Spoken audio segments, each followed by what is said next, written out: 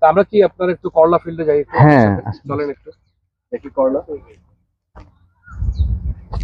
আপনি কত শতক জমিতে হচ্ছে ইয়া করছেন, চাল কুমড়া করছেন?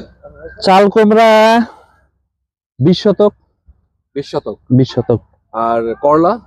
করলা যেটা ফল আমি কাটতেছি এটা 10-12 শতক হবে আনুমানিক এখানে। আর এর লেট যেটা আর কি কেবল জাঙ্গিতে উঠতেছে এটা আছে 100 শতক।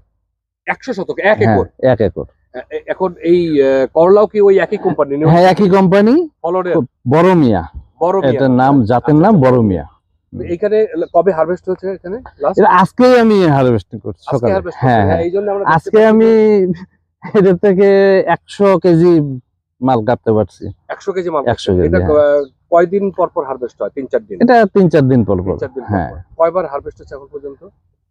3 বার, আজকে সহ 3 বার। তো এই 3 বারে আপনি কত? প্রথমে 15 কেজি, তারপরে 40 কেজি, আজকে 100 কেজি। আজকে 100 কেজি? হ্যাঁ। তাহলে তো মনে হচ্ছে যে এর পরের দিন হয়তো এটা বেশি হবে। 150 কেজির কাছে। হ্যাঁ, 150 কেজি। 30-40 কেজির মতো চলে যাবে।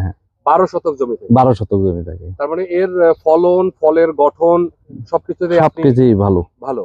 এই ভ্যারাইটিটা নিয়ে কি তাহলে এই কোম্পানি কাজ করতে পারে? পারে। হ্যাঁ, গুড, ভেরি গুড। তাহলে আপনার অন্য ফিল্ডেও আমরা যাব। আমরা এতক্ষণ কথা বলছিলাম গড়েয়া ইউনিয়নের ঠাকুরগাঁ সদর থানার উত্তম দাদার সাথে। উনি একজন মানে আধুনিক চাষি বলতে যা বোঝায়, আমরা আসলে জমি দেখলেই অনেক কিছু বোঝা সম্ভব। আজকে হারভেস্ট হয়েছে এই জমি থেকে 100 কেজি, এখানে মাত্র 10 শতক জমি থেকে।